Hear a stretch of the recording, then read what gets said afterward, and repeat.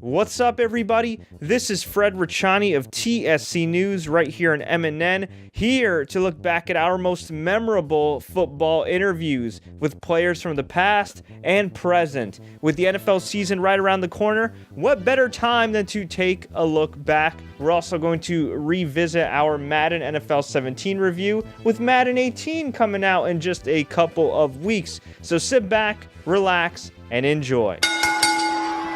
George Walker, I met him last week at an event. He invited me out, my first fashion show, and I'm loving it. I'm just out here to support, support the Jersey City Fashion Week. They asked me to come out, and I'm just blessed to be a part of this tonight. What are you wearing tonight? What am I wearing? I guess who are you wearing? I'm wearing one of Carl Banks just started a new line of athletic apparel. So I'm going to be wearing some of Carl Banks, some of his line. And then I'm going to be wearing somebody named Chris Daring. Chris Daring has a line that's real hot. I'm actually trying to ask him, can I get a couple items after I wear them? Because I really like how they fit. I really like them. So it should be a nice lineup. I'm not the real model. We got real models, females and males, but I'm somewhat like like Plan B. And since everybody's talking about him, did you have a problem with Richard Sherman's trash talk? I thought it was just part of the game. Well, you know what? A lot of people, when you look at that replay, he went to go shake Crabtree's hand. They might have been jawing back and forth throughout the game, but that's normal in football. And then he went to go shake Crabtree's hand after he made the big play, and Crabtree kind of was like, nah, not right now, because he was upset, obviously. And so that probably, got inside Richard Sherman more, made him more mad. And then so when you do the interview right after the game, your adrenaline's still pumping. You haven't had a chance to calm down from the game, and that's what came out. So that's why there's a grace period before reporters come into the locker room after the game. But if you catch a guy coming off the field, you're going to catch that raw emotion. And you did win a Super Bowl with one of the all-time greats in Mr. Peyton Manning. You had the best statistical regular season in quarterback history, NFL history. Just, if you can, for someone that hasn't played with him, can you describe his greatness, something that maybe we don't see on the field? I think with him and with probably most greats, it's when talent and work ethic collide, okay? So he has the talent. His right arm is one of the best right arms ever in the history of the NFL. And you combine that with his work ethic and his drive and his dedication, his commitment, and that's what turns him into that great player he is. He's constantly studying, constantly working, constantly trying to take his game to the next level. Even though on the outside looking in, we already think he's at the highest level. He feels like it's another level he can get to. So you just got to take your hat off to him.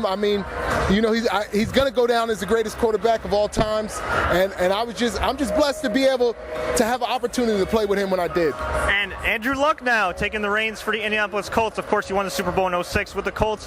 What do you think about their recent success? You think Andrew Luck could take them to their promised land over time? He looks like a very good quarterback. He's only in his second year, and he did very well. He brought the Colts, as far as they could this year.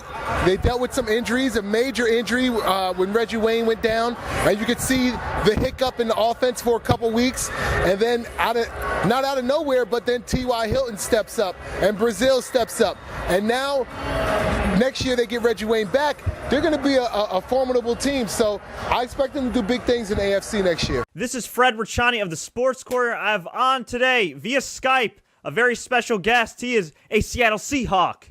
He is a defensive stud. He is a Super Bowl champion, Greg Scruggs. Greg, how are you today? I'm good, man. What's going on? What's this whole ride been like for you? It's been crazy. It's been crazy to get there, to be in the moment, to be there.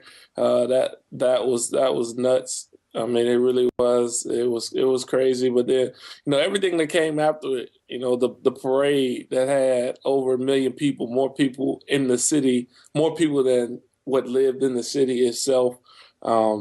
All the fanfare, the congrats, the pats on the backs, which is kind of frowned upon in most sporting cases. They tell you to shy away from the pats on the backs, but we've won everything we could win this year. So I think we take every pat on the back proudly, and just everything else that follows it is really what's been nuts. What's really been crazy. Is there a better publicist / player than Richard Sherman? Uh, I don't think so, man. I'll give him a run for his money after this year. Although I won't start any epic rants or any controversial things. But but I mean, for what he does, he's good at what he does. And that's playing football and that's entertaining. He's an entertainer. Let's not forget here. You all pay us to entertain you guys. So he's giving everybody what they're asking for. And I would say that he's probably the best at it. He does it without crossing any lines. The media makes him out to cross lines, but if you really dig deep and look into his words and listen to it, even this epic rant, he doesn't cross any lines. He just kind of speaks with passion. He speaks with hunger, a chip on his shoulder. And in certain situations, and oftentimes more than the epic rants, he speaks joyfully, and he's very jovial and very interactive with fans, and a good representation of our team. So, if somebody told me that there was somebody better, I'd have to ask him who. And there's not a lot of people better than Coach Pete Carroll as well. Now, when he was at USC, he was used to coaching a lot of studs, Matt Leinart, Mark Sanchez, Reggie Bush. He gets to the Seattle Seahawks, and you guys have an excellent team. But as Richard Sherman said in the media, it's like a lot of you guys that maybe people overlooked. You mean that people considered underrated. And he was able to rally all you guys to get to the promised land. It's a joy to play for Pete. Going into work every day is fun. We enjoy being around. It helps that we're young, but we enjoy being around each other. Every meeting, there's music playing. Before practice, he stands around and jacks balls at the basketball hoop to see if he can make them. And while that's no gesture towards anybody specifically, it kind of sets the tone. It's like, man, be free. You know what I mean? Just kind of have fun at practice, enjoy yourselves. The music selection is often questionable on certain days, but it's definitely fun to play for him. And I think all of us, we gravitate towards that because he lets us be ourselves. And we all know, for most of us, that we've been overlooked, and he gave us that chance. They saw something in us that a lot of people didn't. And when you kind of have somebody like that, it makes you want to play that much harder, as opposed to being the guy that everybody wanted and they take. And then, for them, it's kind of what you do is what they expect. But for us, Sherm, Doug Baldwin, Jermaine Kearse, Derek Coleman, do I need to go on? Jeremy Lane, who should have been a special teams Pro Bowl, J.R. Sweezy, starting guard, after making the transition from defensive line, 7th round pick. I mean, when you have all these guys on your team and a bunch of us who feel like people didn't give us a shot, you get somebody who gives you a shot, man, that really hits home. And you really don't want to disappoint. And you want to prove to them that they're right and prove to everybody else how they're wrong. And he kind of makes it an environment to allow you to maximize your potential and to do just those things. Yeah, you said you had some free time. I did a little bit of research on you, and I understand that you played drums for your high school marching band prior to you even playing football. Is that true? That is very true. That is very true, man. Are you still banging the drums today? I don't, man, but I don't want to get weird on you. I just so happen to be at my desk, so you can see a lot. In place of banging my drums, I bought this soundboard right here, so I can make music from my house. You know what I mean? So I got like an 808 right here that makes beats. I got my piano keys. You know what I'm saying? All my presets over here, stuff like that. So that's what I do in place of banging drums. My next purchase. I bought a TV with some of my Super Bowl money, so I can't exactly spurge on my electronic drum set, but that's coming next. That's for sure coming next. That's pretty dope. So can we expect MC Greg? Oh, man, I don't know. I've thought about a name, man. DJ Scruggy, DJ 98. A really good one is DJ such and such. because you don't really know a name. It's always just such and such. You know what I'm saying? So I don't know. You could. I got turntables here too. Those are out in the living room. So, but yeah, you could maybe. You know, I got nothing but free time. So between golfing and playing with my MIDI board here, yeah, I just might be the greatest golfing DJ in the world. Well, we're good. Glad we got that on camera. This is Fred Ricciani of the Sports Courier. I have on the line NFL draft prospect tight end Crockett Gilmore. Sir, how are you today? I'm great. How you doing? I'm doing all right, man. Now, the draft is coming up. I know you've been working out. You've been getting ready. I mean, football's a grind as it is, but now you're making the transition from college to pros. What's this experience been like for you thus far? It's been exciting every day, getting up, not having to do with school, self-motivated, get to work out with some guys that, you've been able to watch the last 4 years. So it's been an awesome experience, and I'm ready to get started. Awesome. Are there any pre-draft jitters you have? No, not really. I mean, just waiting around, not the best thing to do, but being able to work out every day kind of chills you back out, everything.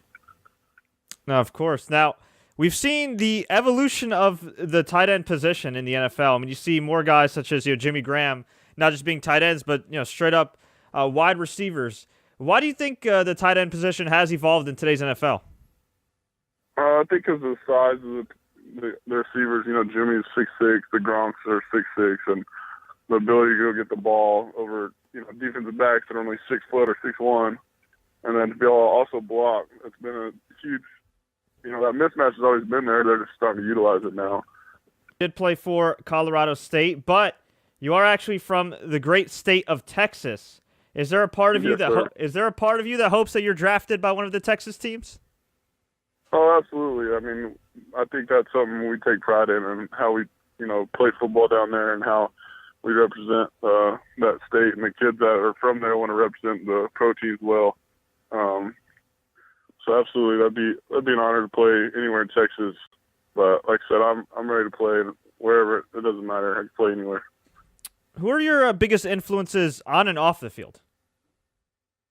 Any part of my family. I got 3 older brothers that have always been there for me, and then my dad. My mom's always been the one to take care of me. My dad tells it like it is. So I got a well-rounded family. Those are the people that are there for me anytime I need them. You also played defense prior to becoming a tight end. I mean, obviously it's worked out for you wonderfully, but would you be open to playing defense again? And how did playing defense actually help you shift to offense?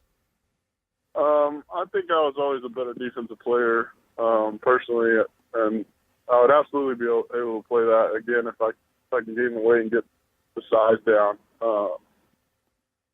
And that definitely helped me throughout my career, knowing somewhat of the schemes and how defense are going to try to set me up, or play towards the offense. Early in my career to recognize those safeties, rotation stuff. So absolutely, it did help me throughout the career. And like I said, I'm always open to play anywhere. TSC Gaming, here to review Madden NFL 17 on Xbox One. Also available on PlayStation 4, PS3, and Xbox 360. I didn't know what to make of this Madden at first glance because, let's face it, it's very hard for any sports game to keep things fresh year in and year out. But there's a number of changes in Madden NFL 17 that football fans like myself will love. First of all, there is a greater emphasis on not one, but 2 key aspects of football's past and present, despite the fact that these days, it's a bit of a pass-happy league. The running game and the defense. The running game is more realistic than ever, giving you greater control to spin, juke, and stiff arm your way right into the end zone. If you got a great offensive line, you can find your openings. And if you don't, or if you're going up against a formidable defense, you won't go very far. Kind of like real-life American football. There's also the defensive side of the ball that is given a greater feel in Madden 17. Gone are the days of switching around defensive players before a snap and just hoping and praying for the best that you'll be able to make a play and stop a big score. Now you've got specific assignments and overall greater control of the defense, helping it become a cohesive unit, rather than, running around like a bunch of wacky dudes and a bunch of wacky AI trying to blitz somebody. It's a heck of a lot easier to make plays too on the defensive side of the ball, once you get the hang of it. In that case, whether you've played Madden before or not, I'd strongly recommend doing the helpful practice drills to learn the controls, or to just simply sharpen your skills if you've been here before. We're talking about practice, but in this game, practice, much like in real sports, does indeed make perfect. Now, I'm not going to say that the defensive side of the ball is as fun to play as offense at times, but it sure as heck is making its strides. Franchise mode is new and improved, allowing you to take control of all aspects of your team as a coach, as a fully customizable player, which is pretty awesome, or an executive. From game plans to contracts to what goes down on the football field, franchise mode is a truly immersive football experience. My personal favorite addition to franchise mode is the Play the Moments Super Sim mode, which allows you to play either offensive plays or only defensive plays in the game. This new feature helps franchise mode go by quicker, and it gives you some variety. But fear not, traditionalists. You can still play complete games throughout the season if you wish.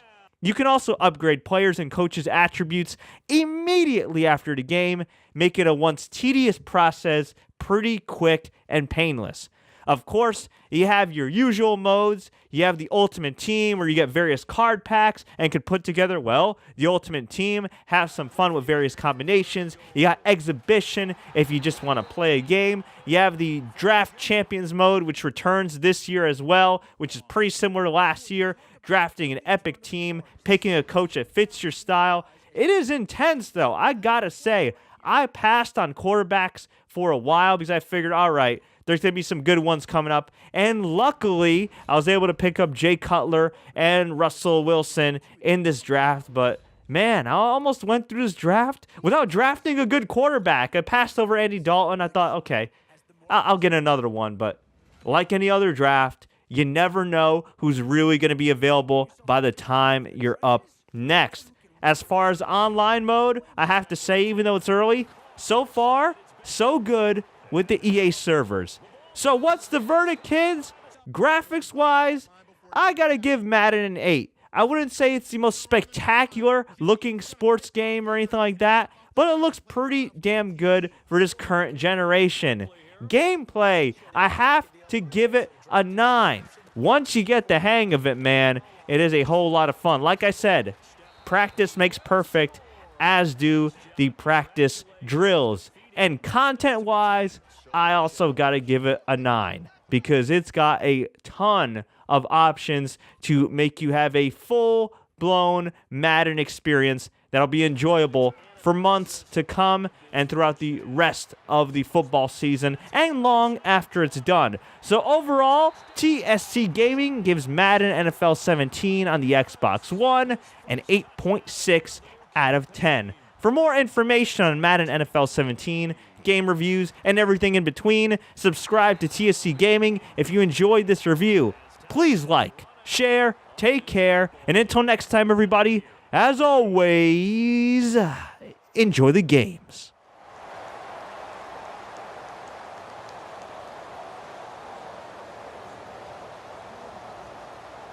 I have right here via Skype, he is a Super Bowl champion, former NFL wide receiver for the New York Football Giants, Tampa Bay Buccaneers, soon to be possibly best-selling author, entrepreneur, Michael Clayton, not related to the lawyer George Clooney. Sir, how are you?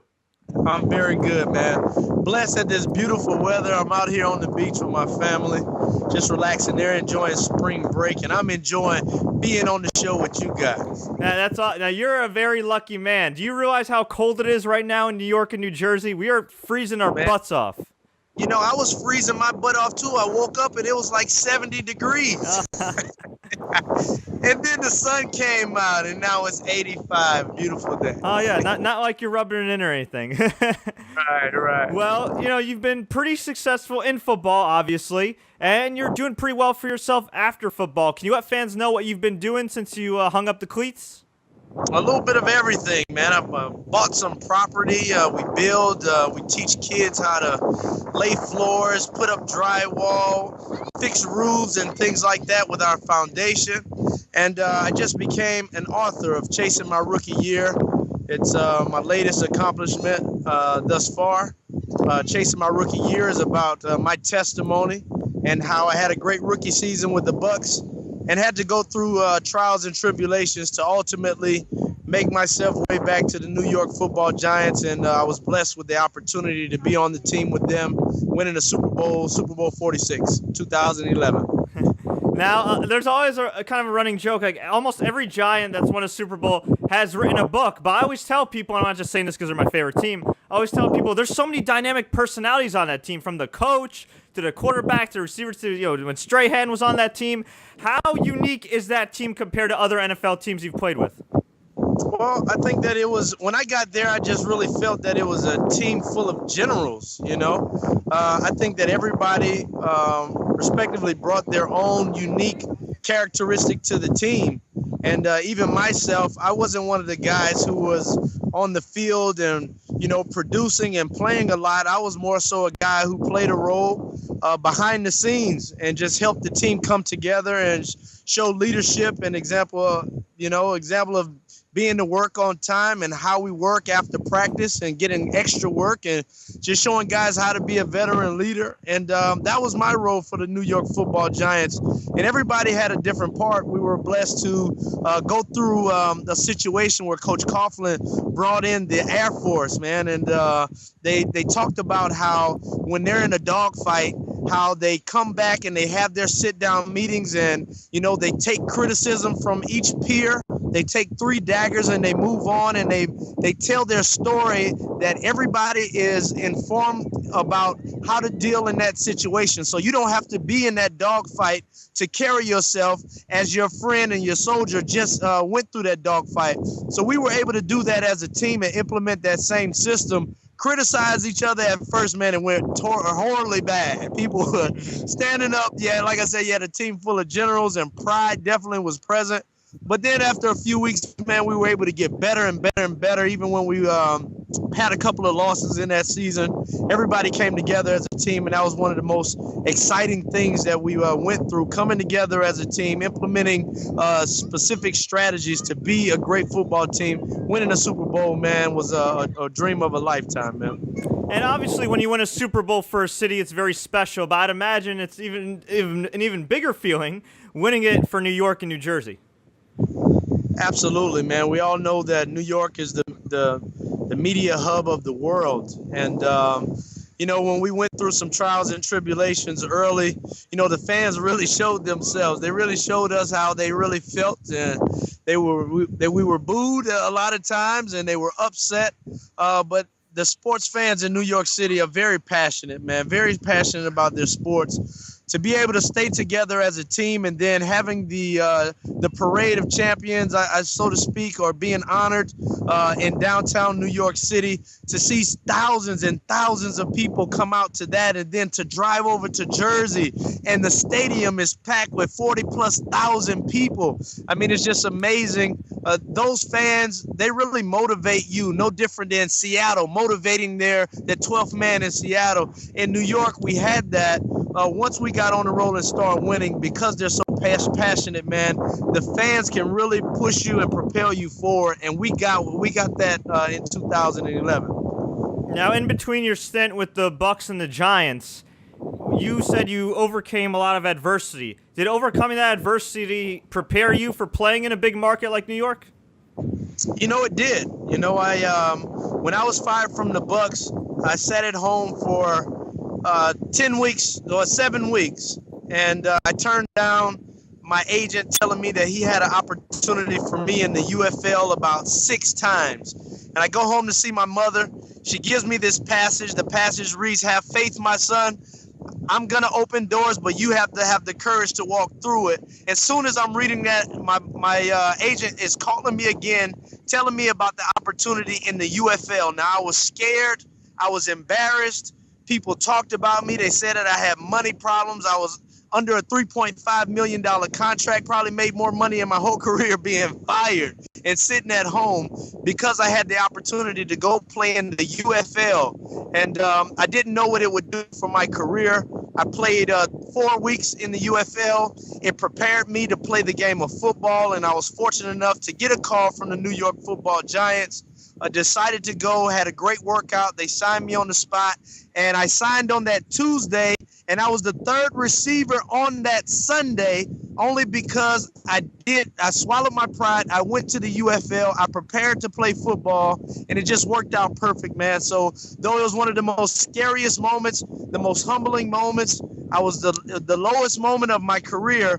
It was what prepared me for the NFL to play with the New York Giants. I remember just having the thought of being a leader amongst men that I didn't know in the UFL. And the same thing that I learned in the UFL in those 4 weeks is what got me on the New York Giants for 2 years. I was able to be a leader amongst those guys that I didn't know. I wasn't the guy that was producing, but I was still prepared to be a leader, and I learned that in the UFL. Definitely a leader, definitely somebody that can motivate. Have you thought about getting back into the NFL in a coaching capacity? I have, man. It's just unfortunate for me. I have 3 beautiful baby kids at home. My wife is a doctor. And at this particular moment, I don't have really enough time to go back and finish my schooling only because I want to graduate from my great university, LSU. And living now in Florida, it's not easy for me just to pick up and leave. I drive my kids to school every day. I pick them up, and I spend a lot of time with them. And on top of that, writing books and running my real estate business down here is just not a lot of time. A lot of colleges have hiring practice. If there was a college that didn't care if I didn't have a degree, I know that I can fit that university perfect.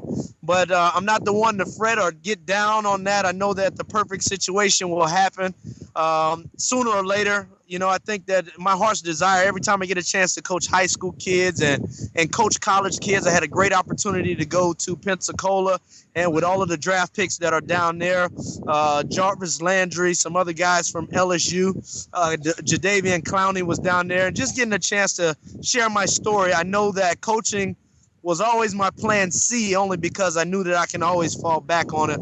But given this perfect situation, if I get an opportunity, I probably will be a football coach.